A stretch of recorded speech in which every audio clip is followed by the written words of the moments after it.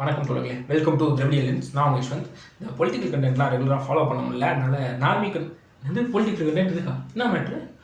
டிவிக்கு வந்து ஒரு வருஷம் ஆச்சா? இப்போ தான் நான் மாநாடு நடத்துனாங்க, அதுலேயும் ஒரு வருஷம் ஆச்சுன்றேன். ஓகே, அந்த ஸ்பெல்லிங் மிஸ்டேக்கோட பேர் வச்சதுலேருந்து ஒரு வருஷம் ஆச்சுல. பாரு டைம் எவ்வளோ ஸ்பீடாக போகுது. ஆமாம் மச்சான், வயசாகிட்டே போகுது, தொப்பையெல்லாம் போடுது, கொஞ்சம் கவனமாக இருக்கணும். சரி, என்ன மாசா ஸ்பீச் பேசியிருக்காரா? கிண்டல்லாம் பண்ண முடியாதா அப்படின்னு பேசிக்காரு. பார்த்துருவோம்.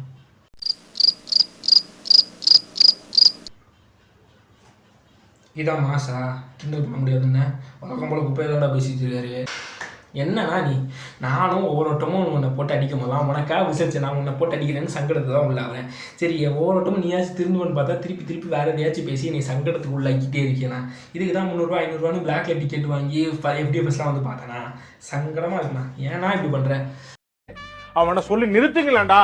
அவன் நிறுத்துற அந்த லூசுக்கு மட்டும் வந்துட்டே இருக்கான். வர்ற நிறுத்துற அவனை. பைத்தியக்காரப்ப எதுக்குடா வரீங்க எங்கெல்லாம்? டேய் என் மூளை கட்டப்பல, என் முட்டாப்பல, என் மக்கட்ட டேய் ஒன்னாலடா போடா, அப்படி போடா. சரி, பேசும்போதாச்சும் ஒழுங்காக பேசுகிறேன் பார்த்தா ஆரம்பத்திலேயே தோழா தோழின்னு ஆரம்பிக்கிறேன். எத்தனை தடவை சொல்லியிருக்கேன், பெரியார் கொள்கை தலைவரை வச்சுட்டு தோழன்ற வார்த்தைக்கு அர்த்தம் தெரியாமல் இப்படி பாலின பேதத்தோடய ஸ்டார்ட் பண்ணுறட்டு. அது மட்டும் இல்லாமல் மக்களை முட்டாளுன்றேன். இத்தனை வருஷமாக இங்கே இவ்வளோ முன்னேற்றங்கள் ஏற்பட்டிருக்கு, சரியான அரசியல் பாதையில் மக்கள் ட்ராவல் பண்ணியிருக்காங்க. அதுவும் பார்த்தோன்னா வழக்கங்கள்லாம் பாரு, அவங்களுக்கு என்ன பிரச்சனைனா என்ன பண்ணணும்னு தெரியாமல் பப்ளிக் ப்ராப்பர்ட்டிஸை டேமேஜ் பண்ணிட்டு சிவிக் சென்ஸ் இல்லாமல் நடந்துக்கிறாங்க. ஆனால் நம்ம ஊரில் இருக்கவனுங்க கரெக்டாக போராட்டம்னு வந்துட்டு ரோல்டு மறியல் பண்ணி அரசாங்கத்தை ஏற்றி கேள்வி கேட்குற அளவுக்கு அறிவோடு இருக்கிறாங்க. இந்த மக்களுக்கு அறிவில்லை, இவங்க சொல்கிறத நம்பி ஏமாந்து ஓட்டு போட்டுட்டு இருக்காங்க அப்படின்ட்டு அவங்க சுயமரியாதை கேள்வி கேட்குற மாதிரி பேசியிருக்கேன். நீ ஏன் சொல்கிற நம்ம ஊருக்காரங்களாம் சுயமரியாதை விட்டு கொடுக்க மாட்டாங்கன்ட்டு? இப்போ அவங்க சுயமரியாதை கிண்டல் பண்ணுற மாதிரி பேசினா உனக்கு எப்படி ஓட்டு போடுவாங்க? கொஞ்சமாச்சும் புத்தியை யூஸ் பண்ணுண்ணா. சரி, அது என்ன சொன்னேன், லைக் வந்து நாங்கள் இந்த மாதிரி கம்ப்ளைண்ட்லாம் எடுத்து வைக்கும் போது உன் மேலே ஏதோ ஒரு கம்ப்ளைண்ட்டு நாங்களாம் சொல்லாத கம்ப்ளைண்ட் 2 கம்ப்ளைண்ட் இருக்குன்னு சொன்னாமே. உன் கட்சியில் வந்து இளைஞர்கள் இருக்காங்க அப்படின்றத நாங்கள் கம்ப்ளைண்ட்டாக சொன்னோம்னா அதை கிண்டலாக வேணால் ஒரு சிலர் பேசியிருப்பாங்க. ஆனால் மேக்ஸிமம் அது ஒரு ஃபேக்டாக தான் சொல்லிடுறாங்க. ஆனால் எந்த கம்ப்ளைண்ட் எடுத்து வச்சாங்கன்னா உன் கட்சிக்கு ஓட்டு சதவீதமே இல்லை, அது ஒரு பிரச்சனைன்னு கிண்டல் பண்ணாங்க. அதை பற்றி நீ பேசவே இல்லை. அது மட்டும் இல்லாமல் உன் கட்சியில் ஏழைகள் தான் இருக்கிறாங்க, சாதாரண மனிதர்கள் தான் இருக்கிறாங்க, அவங்களுக்கு தான் பொறுப்பு தரப்பட்டிருக்குன்றதெல்லாம் கம்ப்ளைண்ட்டாக யாரும் சொன்னால் யார் இதெல்லாம் சொன்னது? அவங்க அந்த முட்டாப்பில் வந்து கூப்பிட்டு சொல்லு. ஏன்னா வெளியே ஒரு விஷயம் நடக்குது, ஆனால் உன்ட்ட வந்து வேறு எதையும் சொல்கிறாங்க. கரெக்டான ஆளை பக்கத்தில் வச்சுக்கோ. தகவல் இப்படி தப்பாக சொல்லிட்டாங்கன்னா அப்புறம் நீ எப்படி முன்னேறது? நாங்கள் என்ன கம்ப்ளைண்ட் பண்ணுறோன்னா, என்ன நியூஸ் வெளியே வந்துச்சுன்னா, சீட்டுக்கு இத்தனை ரூபான்னு வாங்கிட்டு தான் சீட்டு கொடுக்குறீங்க, அப்புறம் தலித்து மைனாரிட்டி அவங்கெல்லாம் ஒதுக்கி வச்சுருக்கீங்க, யாருக்கு சாதி ஓட்டு அதிகமாக இருக்கும் அவங்களுக்கு தான் வாய்ப்பு வழங்கப்படுதுன்ற நியூஸ் தானே வெளியே வந்துச்சு. அதை தானே நாங்கள் எல்லோரும் கேள்வி கேட்டுட்டு இருந்தோம், அதை தானே குறையாக சொல்லிட்டு இருந்தோம். இங்கே யாரும் வந்து பண்ணையார் கட்சியில் பண்ணையாரே இல்லை அப்படின்னு யாரும் கம்ப்ளைண்ட் பண்ணாங்க? எல்லோரும் பண்ணையாராக இருக்கிறாங்க அப்படின்றது தானே கம்ப்ளைண்ட்டாகவே இருக்குது. சரி, அது மட்டும் விட்டுரு. ஆனால் இந்த ஒரு விஷயத்தை நான் மன்னிக்கவே மாட்டேன்.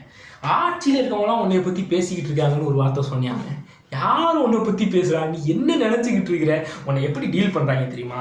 அதுவும் தளபதி உன்னை பேசுகிறாங்கல்ல, ஆக்சுவலான ஓஜி தளபதி உன்னை எப்படி ட்ரீட் பண்ணுறாரு தெரியுமா? இப்படி தான் மூத்திர சந்தைக்குள்ள எதையாவது பேசுகிற சின்ன பசங்கிட்ட போய் சரி சமமா சே ஏறு போலாம். சரிதான், சின்ன பசங்க தான். உன்னெல்லாம் ஒரு ஆளுமையாகவே மதிக்கலை. நீயா தான் உள்ளே வந்து வாலண்டியராக இன்வால்வ் ஆகி டிஎம்கேக்கு அடுத்து நான் தான் அப்படின்ற இடத்த பிடிக்க முயற்சி பண்ணிக்கிட்டு இருக்கிறேன். அதே இங்கே பிஜேபி என்டிகேன்னு பல பேர் பல வருஷமாக முயற்சி பண்ணிட்டு தான் இருக்காங்க. ஆப்போசிட்டில் டிஎம்கே ஸ்ட்ராங்காக நின்றுட்டு தான் இருக்குது. நீ வந்து ஒன்றும் பிடுங்க முடியாது, அதை இங்கே சொல்லிக்கிறேன். சரி, இப்போ வந்து இவ்வளோ விஷயத்தை பேசிட்டு நீ என்ன இடத்துக்கு வந்திருக்க அப்படின்னு பார்த்தா, மும்மொழி கொள்கை பிரச்சனையை பற்றி பேச வந்திருக்கேன். என்ன பேசுகிறேன் அப்படின்றத பார்ப்போமா? இப்போ புதுசாக ஒரு பிரச்சனை ஒன்று கிளப்பி விட்டுட்டு இருக்கிறாங்க, மும்மொழி கொள்கை.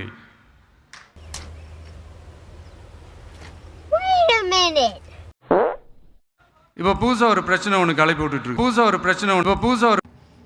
உங்களுக்கு வேணால் இது புது பிரச்சனையாக தெரியலாம் மிஸ்டர் விஜய், ஆனால் டிஎம்கேக்காரங்களுக்கும் தமிழ்நாடு மக்களுக்கும் தெரியும் இது எப்படிப்பட்ட வரலாறுன்ட்டு. விதை அண்ணா போட்டது அதுதான் இன்றைக்கி முளைச்சி செடியாகி மரமாகி பஞ்சாப் தெலங்கானா முதலிய மாநிலங்கள் அவங்களுக்கான தாய்மொழி கல்வி கட்டாயம் அப்படின்ற தீர்மானத்தை நிறைவேற்ற அளவுக்கு வந்திருக்கு. வரலாறுனா இப்படி தெரிஞ்சுக்கணும், இப்படி புரிஞ்சுக்கணும், அறிவோடு இருந்துக்கோங்க விஜய். அதாவது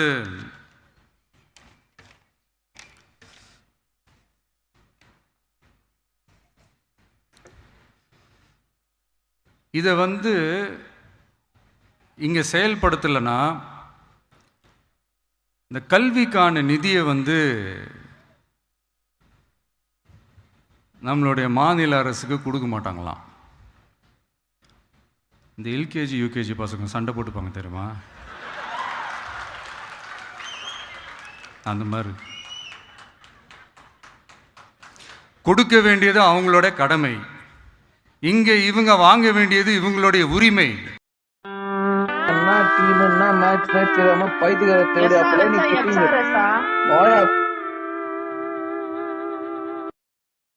ஆனா இவங்க 2 பேரும் எவ்வளவு சீரியஸா ஒரு பிரச்சனை ஓடிட்டு இருக்கு.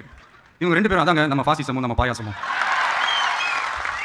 அதான் நம்ம அரசியல் இனிமையும் கொள்கை இனிமையும். 2 பேரும் என்ன பண்றாங்கன்னா, 2 பேரும் பேசி வச்சுக்கிட்டு இந்த செட்டிங்லாம் பண்ணி வச்சுக்கிட்டு மாத்தி சோஷியல் மீடியாவில் ஹேஷ்டாக் போட்டு விளையாட்டுருக்காங்க. இங்க என்ன நடந்துகிட்டு இருக்கு, அதாவது இவங்க 2 பேரும் அடிக்கிற மாதிரி அடிச்சுவாங்க. அது வந்து நம்பணும்.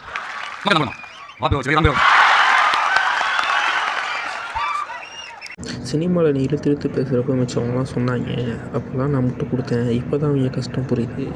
சஜஷன் சொல்கிறேன், நெக்ஸ்ட் டைம் இப்படிலாம் இழுத்து பேசாத, நான் கேட்கவே முடியல, கேவலமாக இருக்குது. இதுக்கு நடுவில் நம்ம பசங்க உள்ள புந்து அங்கே ஒரு சம்பவம் பண்ணிட்டு டக்கு வந்துரு டிவி K4TN அப்படின்னு சொல்லி. யார் சார் நீங்களா, எங்கே சார் இருக்கிறீங்க? ஸ்லீப்பர் செல்ஸ் மாதிரி. இதில் என்ன சந்தேகம், அவனும் சோசியல் மீடியாவில் தான் இருக்காங்க, காலேஜ் போகிறாங்க, ஸ்கூலுக்கு போகிறாங்க, கையில் வந்து ஸ்மார்ட் ஃபோன் இருக்குது, சும்மா ஹேஷ்டாக் போட்டு சுற்றிட்டு போகிறாங்க. டிஎம்கே காரங்களுக்கு 1008 சோழி இருக்கும், கட்சி வேலை பார்க்கணும், மக்கள் வேலை பார்க்கணும், அவங்களால சோசியல் மீடியாவில் உட்காந்துட்டு ஹேஷ்டாக் போட்டுட்டு இருக்க முடியுமா? அது என்ன சொன்ன சம்பவம் பண்ணிட்டாங்களா? என்னடா சம்பவம் பண்ணிட்டாங்க? இல்லை காலத்தில் இறங்கி ஹிந்தி எதிர்ப்பு போராட்டம் பண்ணிட்டாங்களா? இல்லை வந்து சோசியல் மீடியாலேயே ஒரு தெளிவான ரைட்டப் போட்டு ஏன் ஹிந்தி வேணாம்னு தெளிவாக போட்டு ஹேஷ்டாக் போட்டு டிஎம்கே விட பெருசாக ஏதாவது சம்பவம் பண்ணிட்டாங்களா? இல்லை உன் பேரை வச்சு மில்க் பண்ணி ஹேஷ்டாக் போட்டு Vijay for TN TVK for டிஎன்ன்றாங்க. இது ஒரு பெருமை மயிர்னு பேசிக்கிட்டு இருக்கிறேன். அப்புறம் இது என்ன, உன் வயசு என்ன இருக்கும், ஒரு 50 வயசு இருக்குமா? ஆனால் தமிழ்நாட்டில் மொழி போராட்டம் முதல் வலுப்பெற்றது எப்போனா 1937. அப்படி பார்த்தா கூட 88 வருஷம் பழமையான போராட்டத்தை அவ்வளோ ஈஸியாக எல்கேஜி யூகேஜி பசங்க சண்டைட்டு சிறுமைப்படுத்தி பேசுகிறேன். எனக்கு ஒரு விஷயம் புரியலை. முதல் மாநாட்டில் என்ன பண்ணேன், ஃபாசிசமாக பாயாசமாக ஒரு ஜோக் பண்ணுறேன். அதாவது பிஜேபி பண்ணுறது ஃபாசிசம் தான்றத அரசியல் ரீதியாக கருத்தியல் ரீதியாக ஒரு பிரச்சாரத்தை எடுத்து வைக்கும் பொழுது அதை சிறுமைப்படுத்துறதுக்காக ஒரு காமெடி பண்ணுறேன் உன்னோட முதல் மாநாட்டில். இப்போ என்ன பண்ணுறேன், பிஜேபி எதிர்த்து NEP எதிர்த்து இருமொழி கொள்கையை கையில் ஸ்ட்ராங்காக எடுக்கும் பொழுது ஹிந்தி எதிர்ப்பு போராட்டத்தை சிறுமைப்படுத்தி மறுபடியும் பிஜேபியை காப்பாற்றுறேன். இப்படி பிஜேபியை நோக்கி நாங்கள் அரசியல் பண்ணும்போது தான் பிஜேபிக்காரன் வரானோ இல்லையோ முந்திக்கிட்டு வந்து நீ காப்பாற்ற முயற்சி பண்ணுறியே. இவ்வளோ ஈஸியாக சாயம் விழுக்குது. உன்னைய போய் நல்ல நடிகர்னு வேறு சொல்லிட்டு இருந்தேன், இவ்வளோ ஓப்பனாக மாற்றமாக நடிச்சிட்டு இருக்கேனா? மனசு கஷ்டமாக இருக்குண்ணா.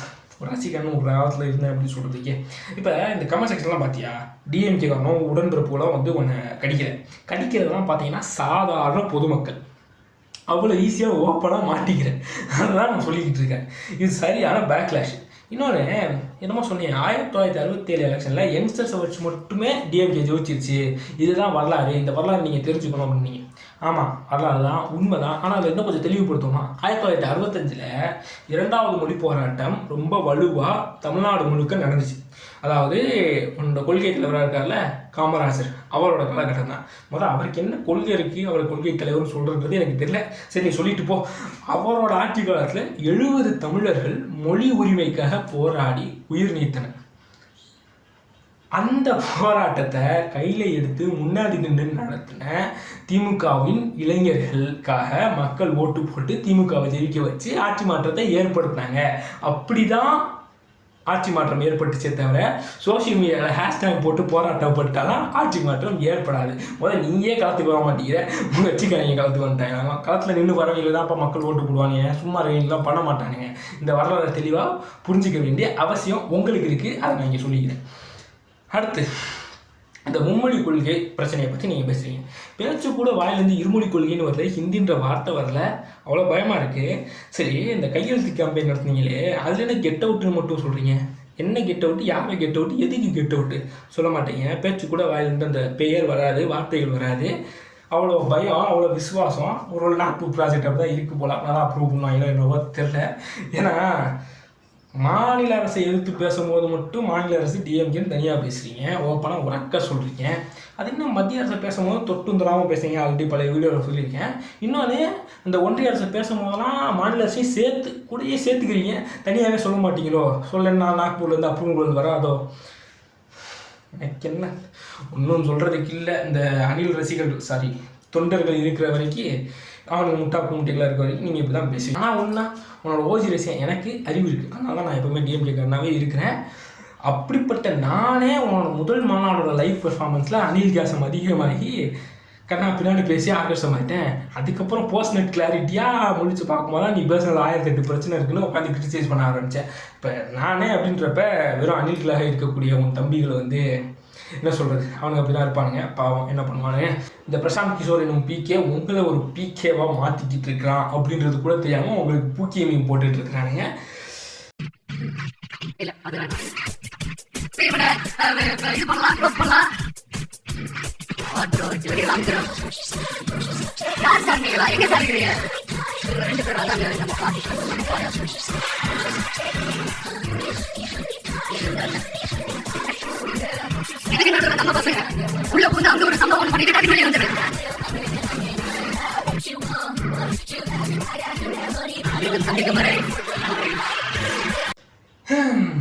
ஆனால் ஒன் செகண்ட் செம்மையாக ப்ரூவ் பண்ணுறேன் நீ வந்து ப்ராஜெக்ட் வந்து நாக்பூரில் தான் வருதுன்ட்டு. ஏன்னா அண்ணாமலைக்கு ஒரு ப்ராஜெக்ட் கொடுத்துருக்காங்க. இப்போ டிஎம்கேவோட இந்த ஹிந்தி எதிர்ப்பு போராட்டம் இல்லை வந்து இருமொழி கொள்கை வந்து மக்கள்கிட்டே ஊறி போயிருக்கு, மக்களே அதில் தெளிவாக இருக்கிறாங்க அப்படின்னு தெரிஞ்சோடனே இங்கே டிஎம்கேவுக்கு சப்போர்ட் இல்லை, அவங்களோட ஆக்ஷன் பெருசாக இல்லை அப்படின்ற மாதிரி ஒரு பின்பத்தை கிரியேட் பண்ணணுன்ற முயற்சியை ப்ராஜெக்டை அண்ணாமலைகிட்ட கொடுத்துருக்காங்க.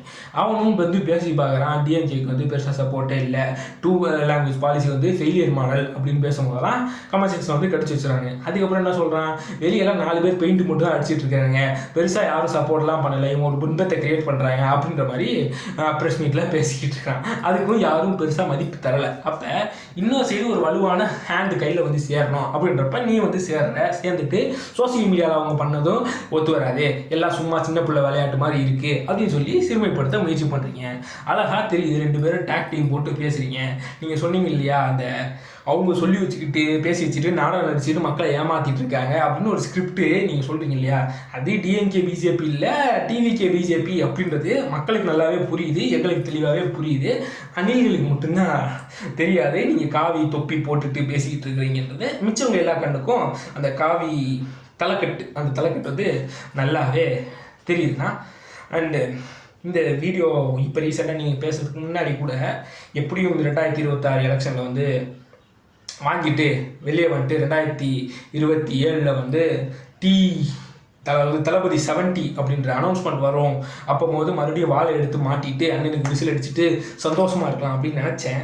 ஆனால் இந்த ஸ்பீச்சு ரொம்ப அருவருப்பாக கேவலமாக மக்களோட போராட்டத்தை இழிவுபடுத்துகிற மாதிரி இருக்குன்ற பார்த்தோன்னே இனிமேல் சத்தியமாக உங்கள் படத்துக்கு தியேட்டருக்கு வந்து பார்க்க மாட்டேன். ஏன் டெலிகிராமில் டவுன்லோட் போட்டு கூட ஓடிடியில் கூட பார்க்க மாட்டோம். அவன் மூஞ்ச பாய்ச்சாலே எரிச்சலாக வரும், என்டர்டெயின்மெண்ட் வராது அப்படின்றப்ப இனிமேல் நான் அணில்ன்ற பதவியிலேருந்து விலகிக்கிறேன்னு சொல்லிட்டு இந்த வீடியோவை முடிச்சுக்கிறேன். நன்றி, வணக்கம். அந்த 3 எழுத்து வெறும் பேர் இல்ல, அது ஒரு பிராண்டு, அண்ணா அப்படின்ற பிராண்டு. 3 முக்கியமான காரியங்களை செய்திருக்கிறேன். 1, சுயமரியாதை திருமணத்திற்கு சட்ட அங்கீகாரம். 2, தாய் திருநாட்டிற்கு தமிழ்நாடு என்று பெயர் மாற்றம். 3, தமிழ்நாட்டில் இந்திக்கு இடமில்லை என்றும் தமிழ் மற்றும் ஆங்கிலம் என்கிற இருமொழி கொள்கை அறிவிப்பு. அண்ணாதுரை கொண்டு வந்த இவற்றையெல்லாம் மாற்ற வேண்டும் என்று கருதினாலே உடனே மக்கள் வெகுண்டருவார்கள் என்கிற அச்சமும் கூடவே வரும். இந்த அச்சம் எவ்வளவு காலத்திற்கு இருக்கிறதோ அவ்வளவு காலத்திற்கும் ஆட்சியில் யார் இருந்தாலும் இல்லாவிட்டாலும் அண்ணாதுரைதான் இந்த நாட்டை ஆள்வதாக பொருள்.